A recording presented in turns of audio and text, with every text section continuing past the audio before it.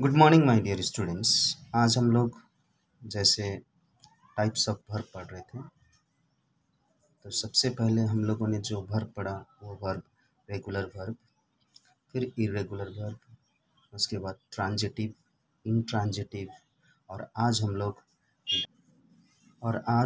हम लोग डायनेमिक या इसका दूसरा नाम है एक्शन वर्ब। डायनेमिक वर्ब भी कहते हैं इसे, या इसे हम एक्शन वर्ब भी कह सकते हैं। तो देखिए, इट डिनोट्स एन एक्शन या इट ऑलवेज यूज एडवर्ब। ये जो है एक्शन को दिखाता है। जैसे मान लीजिए मैं खा रहा हूँ, आप पढ़ रहे हैं, या आप नाच रहे हैं, आप घूम रहे हैं, आप खेल रहे हैं, आप बातें कर रहे हैं। तो ये सारी चीज़ में क्या हो रहा है? ये सारी चीज़ में एक्शन का काम हो रहा है। और ये जो है हमेशा एडवर्ब का इस्तेमाल करता है। जैसे एग्जाम्पल से आप समझ सकते हैं यहाँ पे। जैसे एग्जाम्पल देखिए, he completes the work on time. उसने अपना काम जो है वो दिए गए समय पर या समय पर किया, मतलब वो काम को कर रहा है, इसलिए यहाँ पे एक्शन हो रहा है। तो ऐसे सेंटेंस को इसीलिए हम लोग डायनेमिक सेंटेंस कहते हैं। दूसरा एग्जाम्पल देख सकते हैं, ही हेल्प्ड हिम। उसने उसकी मदद किया, यहाँ भी काम हो रहा है। He goes to school on time. ये भी वह स्कूल समय पर जाता है, यानी कि यहाँ भी काम कर रहा है। तो इस तरीके का सेंटेंस जो कि काम को दिखाता है, ऐसे सेंटेंस को हम लोग डायनेमिक और एक्शन वर्ब कहते हैं। तो अब देखिए, जैसे it shows the action in simple present या परफेक्ट या कंटिन्यूअस टेंस। और ये जो डायनेमिक वर्ब होते हैं, ये हमेशा जो भी एक्शन को दिखाते हैं, ये आपको या तो सिंपल प्रेजेंट में दिखाते हैं, या परफेक्ट में दिखाते हैं, या कंटिन्यूअस टेंस में दिखाते हैं। अब हम लोग दूसरा वर्ब, डायनेमिक वर्ब के बाद दूसरा जो वर्ब आता है वो है स्टैटिक वर्ब। स्टैटिक यानी कि स्टेट वर्ब यानी कि जो ऐसे वर्ब जो अवस्था को बताता है, इमोशंस को बताता है। अवस्था हो, इमोशंस हो, कंडीशन हो, ये सारे चीज़ को ये, या फिर पोजीशन हो या परसेप्शन हो, ये सारे चीज़ को स्टैटिक वर्ब क्या करता है, बताता है। जैसे यहाँ पे देखिए एग्जाम्पल, आई नो हिम। मैं उसे जानता हूँ। यहाँ पे जानने की बात हो रही है, यहाँ पे कोई काम नहीं हो रहा है, यानी कि ये अवस्था को बता रहा है।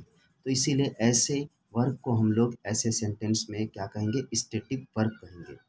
उसी तरीके से देखिए, शुगर टेस्टेस स्वीट। शुगर का जो स्वाद है वो कैसा है, मीठा होता है या मीठा है।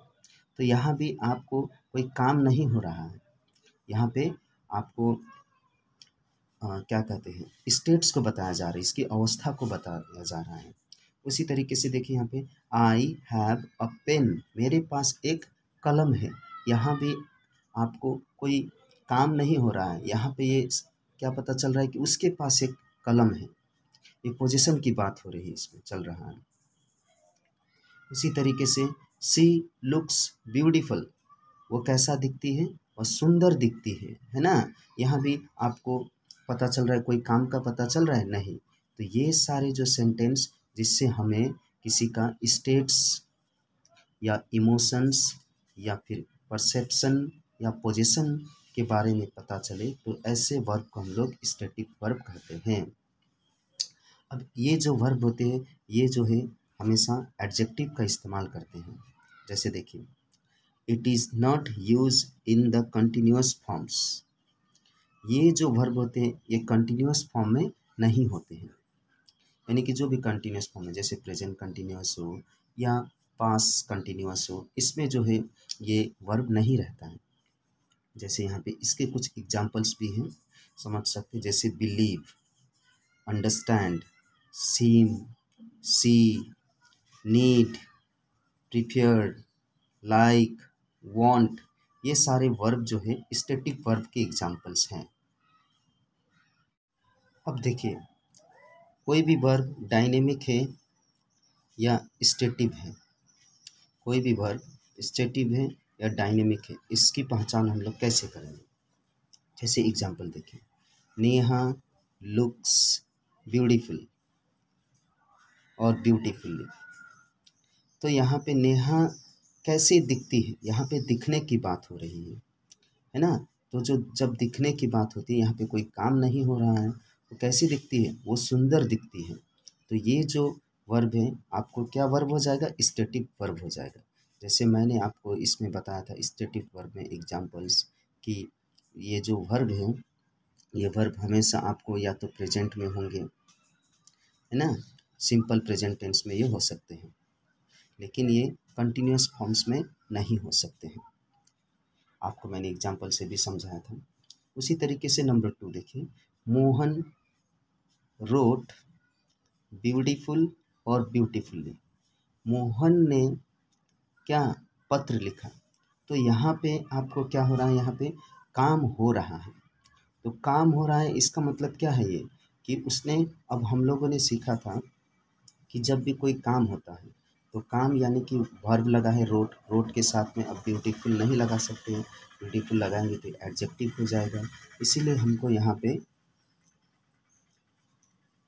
अब जैसे देखिए दूसरा एग्जांपल, मोहन रोट ब्यूटीफुल और ब्यूटीफुल्ली।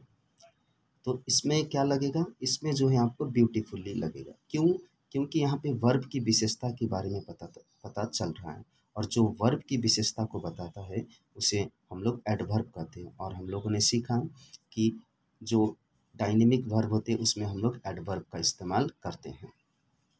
तो ये आपको हो जाएगा ब्यूटीफुल्ली, डायनेमिक वर्ब। उसी तरीके से मीना वॉज लुकिंग एंग्री या एंग्रीली।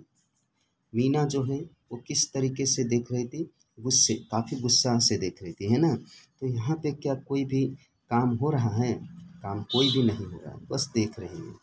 तो इसीलिए जो है यहाँ पे एंग्रीली नहीं होगा, एंग्री हो जाएगा, जो कि एक स्टैटिक वर्ब है।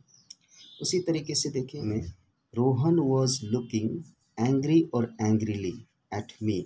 अब यहाँ रोहन जो है मुझे किस तरीके से देख रहा है, बड़े ही गुस्से तरीके से देख रहा है, गुस्से की तरीके से देख रहा है, गुस्सा होकर देख रहा है। तो यहाँ पे काम हो रहा है, देखने का वो काम कर रहा है ना, इसीलिए हम लोग जो है यहाँ पे एंग्रीली का इस्तेमाल करेंगे। यहाँ पे वर्ब का विशेषता बता रहा है, इसीलिए Rohan was looking angrily at me या at him. I was feeling hungry. अब यहाँ पे देखिए, यहाँ पे क्या हो रहा है, ये वर्ब की, number 5, I was feeling hungry. मुझे कैसा लग रहा है, मुझे भूख महसूस हो रहा है। यहाँ पे उसको भूख महसूस हो रहा है, कोई काम तो नहीं हो रहा है, तो इसीलिए ये भी जो वर्ब है ये स्टैटिक वर्ब हो जाएगा। बात करते हैं लिंकिंग वर्ब या कॉपलर वर्ब। लिंकिंग वर्ब को ही कॉपलर वर्ब कहा जाता है। जैसे linking verb, link the subject of a sentence to a describing word और to other information about the subject. कहने का मतलब क्या हुआ, एक, जैसे मैं एग्जाम्पल आपको देता हूँ। जैसे देखिए example, the puppy is sleepy. यहाँ पे देखिए द पप्पी क्या है, एक सब्जेक्ट है। इज क्या है, इज एक लिंकिंग वर्ब के रूप में काम कर रहा है। क्यों, क्योंकि स्लीपी एक एडजेक्टिव हो गया और यहाँ पे हमें इसकी क्या विशेषता के बारे में पता चल रहा है, तो इसीलिए ये लिंकिंग वर्ब हो गया। कहने का मतलब लिंकिंग वर्ब क्या है, ऐसे वर्ब जो वर्ब सब्जेक्ट को सेंटेंस के दूसरे पार्ट से जोड़ दे, वो वर्ब क्या वर्ब कहलाते हैं, लिंकिंग वर्ब कहलाते हैं या लिंकिंग वर्ब होता है। जो वर्ब सब्जेक्ट को, यहाँ पे देखिए सब्जेक्ट है, सेंटेंस के दूसरे पार्ट से, यानी कि सेंटेंस का दूसरा पार्ट है, जोड़ दे, वो लिंकिंग वर्ब होता है। यहाँ पे सेंटेंस का दूसरा पार्ट जैसे देख सकते हैं हम लोग, है ना, स्लीपी है, तो इसको और इसको जोड़ने का काम कौन कर रहा है? इज कर रहा है। तो ये आपको लिंकिंग वर्ब हो गया। अब हम लोग लिंकिंग वर्ब को एग्जाम्पल की सहायता से समझते हैं। जैसे देखिए, आई एम वॉज टायर्ड। तो यहाँ पे जैसे देखिए टायर्ड है ना, राम कैसा हो गया था? बहुत ही थक गया था। तो यहाँ पे हमें टायर्ड यानी कि यहाँ पे ये वर्ब के रूप में काम नहीं कर रहा है, यहाँ पे ये विशेषता एडजेक्टिव है, एडजेक्टिव के रूप में काम कर रहा है। तो इसीलिए ये जो क्या हो जाएगा, ये वॉज एक लिंकिंग वर्ब हो जाएगा। ये सब्जेक्ट और ऑब्जेक्ट को जोड़ने का काम कर रहा है। उसी तरीके से देखिए, आई एम अपसेंट टुडे। आज मैं अपसेंट हूँ। उसी तरीके से देखिए, लिंकिंग वर्ब्स के कुछ एग्जाम्पल देख सकते हैं। जैसे is, am, are, was, were, been, being, seem, become. अब उसके बाद देखिए, ऐसे वर्ब जो किसी अवस्था, स्टेट यानी अवस्था को दिखाता है या जिसको महसूस कर सकते हैं या सिचुएशन को दिखाता है, ऐसे वर्ब को हम लोग लिंकिंग वर्ब कहते हैं। जैसे अपीयर हो, लुक हो, स्मेल हो, फील हो, साउंड हो, टेस्ट हो, ये सारे वर्ब क्या वर्ब हैं? ये सारे वर्ब जो है लिंकिंग वर्ब हैं। जैसे grow, remain, prove, turn, stay, act, get, ये सारे आपको लिंकिंग वर्ब हैं।